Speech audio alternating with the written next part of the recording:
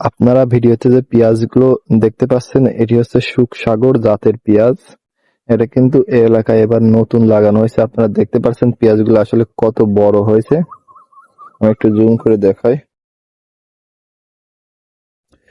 অনেক বড় মাঠকে মাঠ এই সুখসাগর পেঁয়াজ। এখানে মাঝখানে পেঁয়াজের চারা দেওয়া হয়েছে।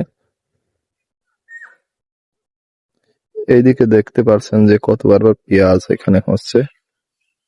পেঁয়াজ কিন্তু তোলার মতো হয়ে গেছে অনেক জায়গায় পেঁয়াজ।